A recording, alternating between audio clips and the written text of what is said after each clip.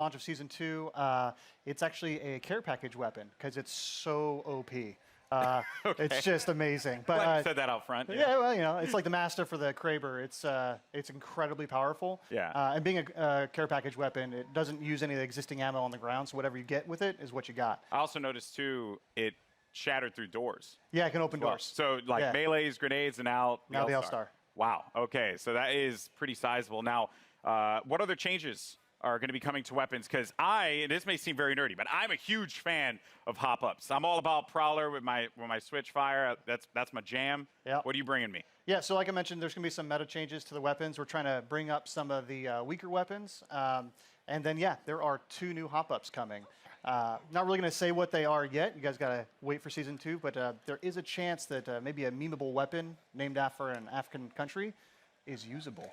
Is usable. Yeah, Okay. perhaps. All right, perhaps. I mean, that is yet to be seen. We'll have to see if that's going to be a reality. All right, cool. So we're starting out hot with that L-Star light machine gun. We also have the Battle Pass. And, when you guys first spoke about the Battle Pass, you said that it was a learning experience. What's different this time around for Season 2? Yeah, so we've been listening to community a lot. Season 1 didn't quite launch as well as we were hoping. The content was fairly underwhelming for players, so we've been taking that in. We've been getting all sorts of data from people buying skins to what they equip on their characters or weapons. And so we've taken this learning and put it in a Season 2 Battle Pass. So first off the bat, it's challenge-based now instead of essentially time-based. So you'll get daily and weekly challenges, and they stack if you don't play for a while. So you can come back after a month and try and knock them all out on a weekend and level up really quick. Ultimately, this does mean leveling to level 100 is a lot quicker than in Season 1. We're also getting rid of all the badges and stat trackers, taking up space throughout the leveling process. And we are inserting 3 entirely new content types into the Battle Pass, which we will talk about later.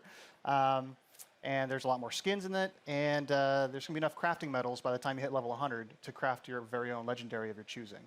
All right. I like that. Yeah. Okay. A lot of value for that Battle Pass. Yeah, that sounds very exciting. All right, and now, we're talking about Apex. It's got some pretty sick skins. What skins do you have for me today? Yeah, so like I mentioned, I think our skin game is being upped pretty significantly. You can see that with the Wraith skin specifically from the Legendary Hunt event. But we got 4 legendary skins in the Battle Pass. So we have 2 character and 2 weapon. So for Caustic, he's got the Prince of Darkness skin. And for Octane, we're doing the Jade Tiger. I think you can see there's Prince of Darkness right there. And then there is a skin for the Spitfire called the Intimidator. And the R301 is getting 2 skins, actually. So the Iron Rampage at level 100. Okay. And then there's a golden version as well. Oh, man. Do you see that, by the way? Do you see? Yeah, it's sick. It's sick. That looks insane. That looks insane. All right. Now, another question that the community is having, they're just dying to have answered. New ways to play. Elite Q was awesome. Yep. I think it's like one of the coolest additions for Apex Legends. What else? Yeah, so when we designed Apex Legends, we really wanted it to have kind of a competitive core to it. This is a game that's meant to be played over hundreds of hours and mastered, really deep learning experience. And so the Elite Q is our first step towards getting to a higher competitive stage. Okay. And so Season 2, I'm really, really, really stoked to announce we have a ranked mode coming. Rank mode. Yeah. All right. So rank mode, you'll progress through 6 tiers if you're good enough.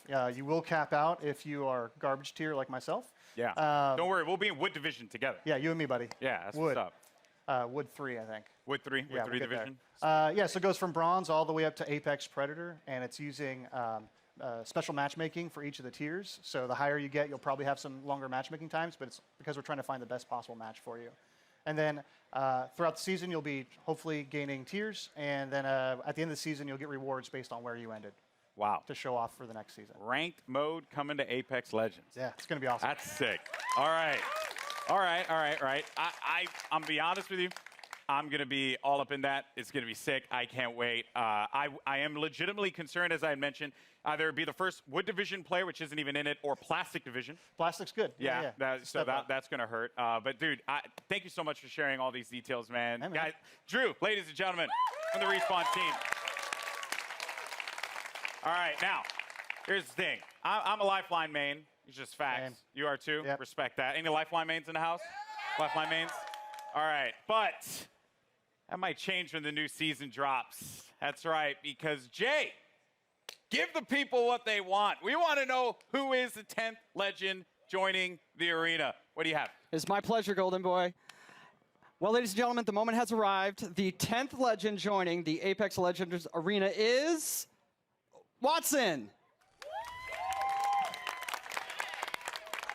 To help us get to know our latest legend a little bit better, our team put together this touching illustrated short. Let's check it out.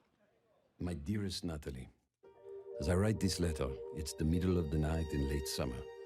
An hour ago, you cracked the equations necessary to power the force field. You showed me up tonight, my magnificent daughter, and I couldn't be happier or prouder of that. I always knew you were special, but never did I fathom that the little girl who taught her staffed Nacy multiplication tables would grow up to master quantum laser mechanics. I have assured the Syndicate that the modified containment force field will be operational in a month's time, and it's all thanks to you. I may be just a doddering old fool trying to hold on to mon bébé a little while longer before he loses her to a daughter. But I do see you. I see the strong, brilliant, wonderful young woman you've become. And I know when the day comes that I'm no longer with you, you are going to be just fine. The games will be brilliant because you are brilliant. My daughter can and will do anything she wants in this life because she is the smartest woman in the frontier. Je t'aime de tout mon cœur, pour toujours, Papa. This is your champion. I did it, Papa. I hope wherever you are, you're cheering for me. That's right. Ladies and gentlemen, Wattson joining the arena. And joining me now, we have the three gentlemen who brought her to life. Griffin, Will, and Tom, thank you so much for joining us here. Wow. So I mean, Bible thumps in the chat, man, because that was the feels right there. Hit me right in the feels. But Griffin, we'll start with you, bud. You're one of the legend designers, and I'm curious on the approach that you guys took toward making Wattson a character that has impact in the arena. So Wattson really started as a conversation between a friend of mine and I, who he's an engineer, and he has this really methodical, interesting way of taking really complex problems and systematically solving them. And so I kind of thought, what would it be like if we took the sort of the defensive complexity of Apex and introduced a character that could really create an ecosystem in which you can survive the really aggressive third-party meta, all of that stuff. So the idea behind Wattson really is that if you plan and you sort of adapt to the environment, you really know the map, and you work closely with your team, that you can really create these strong defenses that that people are going to really have to think about in terms of how they push on you and that sort of thing. So the current meta of I hear gunfire and I hit it as hard as I can, with Bangalore, Wraith, Octane, all of those, we're trying to sort of bump that meta a little bit and make it so that this more stanced RTS kind of play style has breathing room. Yeah, you're trying to provide like options for the players. Yes. Right? Because if you want to be able to play that hyper aggressive approach, whether you're running like a composition that contains like a typical one, which would be like a Pathfinder, Wraith, and a Lifeline for that support, you can play into a composition like this, and they kind of counter one another. So that's going to be really fun. And we're going to dive into the abilities and everything that she does, because let me tell you, it's insane. Now, as far as the look and feel, my favorite part about Apex Legends is that the characters, the legends themselves, they stand out. When you're looking from far away, you see the silhouette and you know exactly who it is that you're about to engage with. What were some of the complexities in bringing a character like Wattson to life? So it's a collaborative effort. Shout out Heath and Sam, animation department. Everybody kind of works together. we were given a specific set of skills that she would be using, abilities from Griffin, and that's kind of all we had to go off of. So we had to. Heath did a great job of like bringing it all together, giving her a sort of a grounded aesthetic.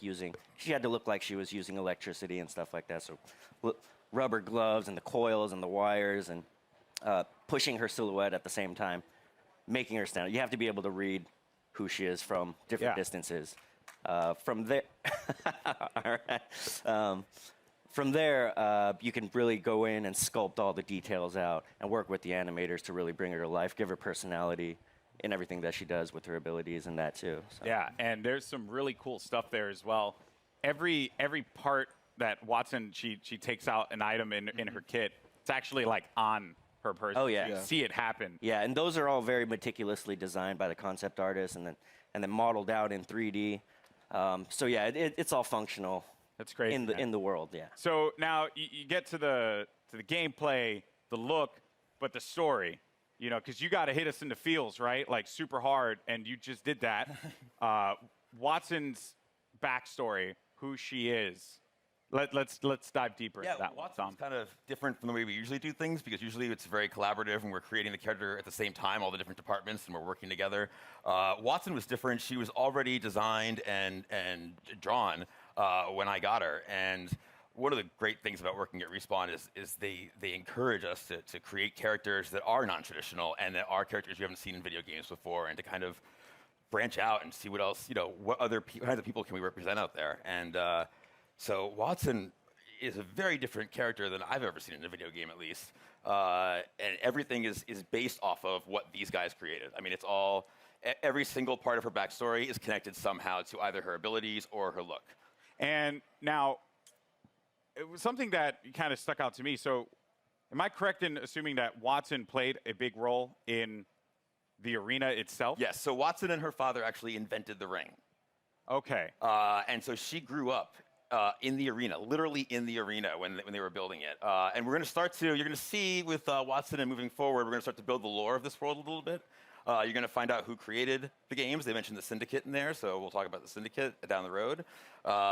You're starting to build more and more of a universe. Yeah. Which is great. So she's in the arena, so all the legends must know her. Oh, yeah. She was their kid sister, basically. She was always hanging around the arena, and she got to know all the legends and got to watch all of them. She's not a mercenary. She's not a soldier. Her role is of support. And so everybody loves Watson. She's the one person that could probably unite all the legends together. Including Caustic.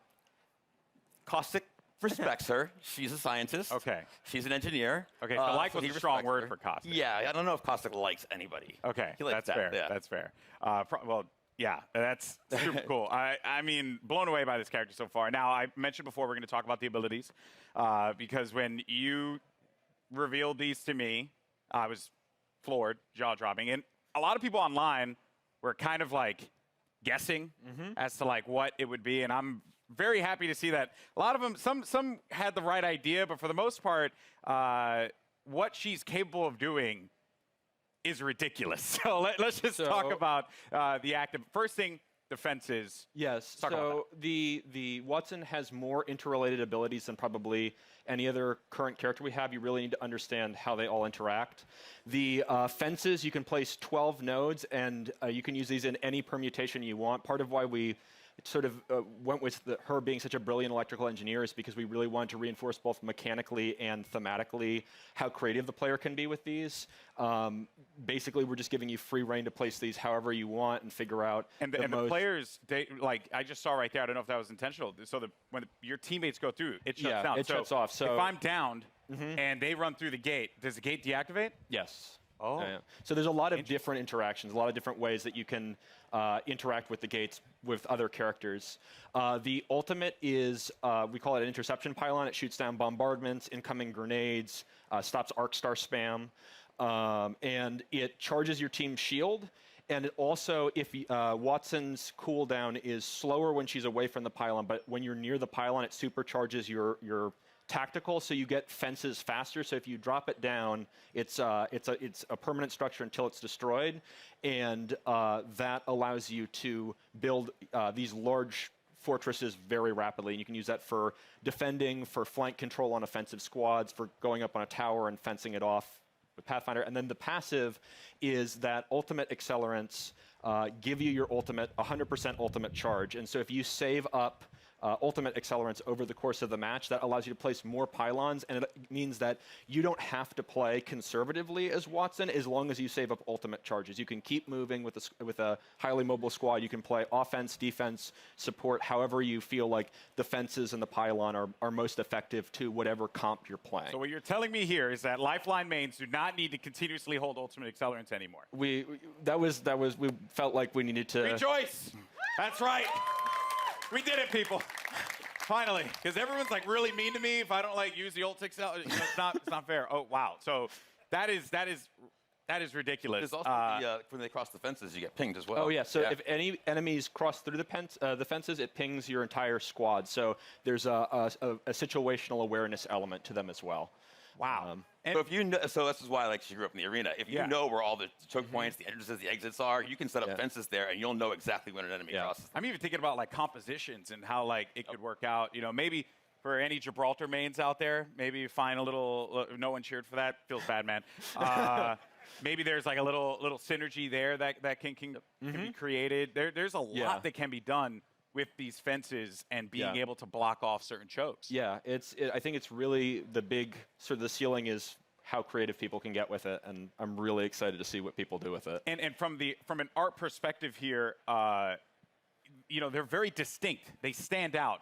What were some of the challenges in making sure that these fences really, like when a player saw them, they knew exactly what it was, not to kind of catch them off guard, so to speak, to make it really, really stand out in the arena? Yeah, again, silhouette's everything. You got to make it stand out, and it has to look like it lives in the world, that it's something that she can use, and that lives on her body as well. She's able to pull it out, and she's able to bring it out, and create a fortress basically, and it has to read. So we had concept artists working on every little detail, and the modelers as well, and we had to test it out. We tested it out. We play it in game or in house, and make sure it reads well. And these guys do a tremendous job of it too. I'm like, I need like a post with electricity that goes between the two. Yeah. And they create really cool stuff with just that kind of vague, hand wavy designer description. Everything about it has clearly been thought out. This legend is going to be incredible. I can't wait to play Watson. You guys excited? Watson? That is nutty. All right, well, again, very much looking forward. Now, today, we've covered a bunch here. We've seen a new weapon. We've gotten a new mode, the latest legend, and the new Battle Pass for Season 2. So, let's recap all the amazing Apex Legends action that we've seen here today. Surprise. Care package touching down.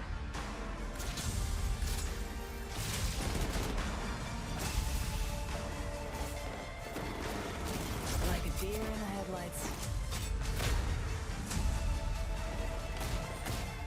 Your time is ended.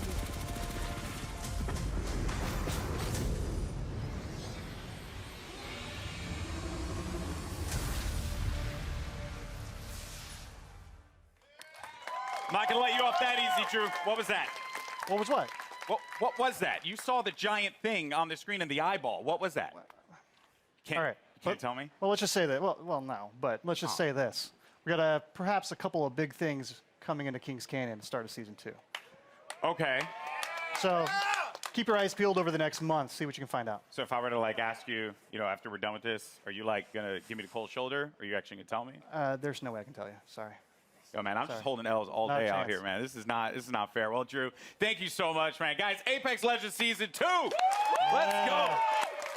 July 2nd could not get here soon enough. Now, if you're in Los Angeles, come check out Apex Legends at EA Play for your first chance to get hands-on with Watson, as well as all the other great Apex Legends things happening here. And for those of you at home, Double XP Weekend is going on right now, so jump into the Legendary Hunt event and start earning those amazing exclusive skins. I'm Golden Boy. It's been a blast talking Apex Legends with you all here today, and I'll see you in the arena. Peace.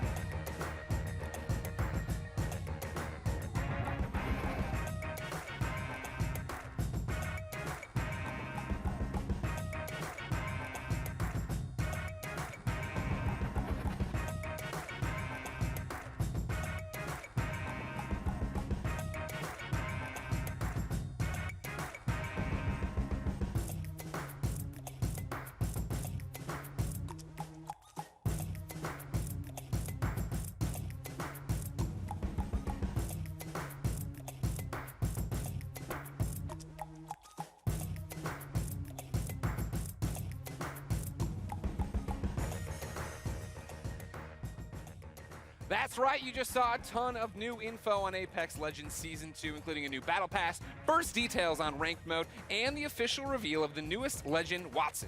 I'm Greg Miller here at EA Play, where gamers are getting a chance to test drive the newest legend right now. Stick around, because up next we've got Julia Hardy and Adam Freeman giving us the dirty details on Battlefield 5, including looks at a ton of new maps, exciting updates, and details on a new theater of war. All that's moments away, so keep it locked.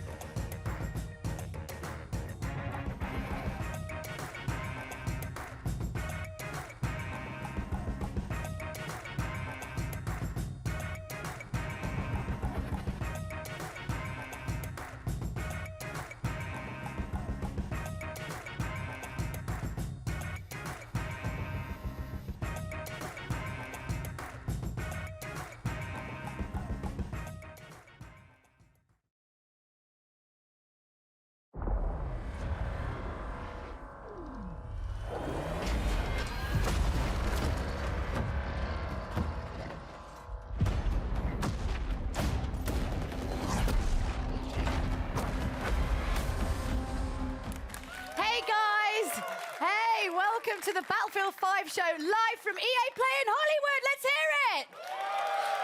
I'm Julia Hardy, and today we've got a ton of new info on some of the great updates coming to Battlefield 5 in 2019. But don't just take my word for it. My co-host, he reads all of your tweets, and I do actually mean all of them. It's a little bit creepy and weird. Battlefield Community Manager Adam Freeman. What have you got for us, Freeman? Oh, thanks, Julia.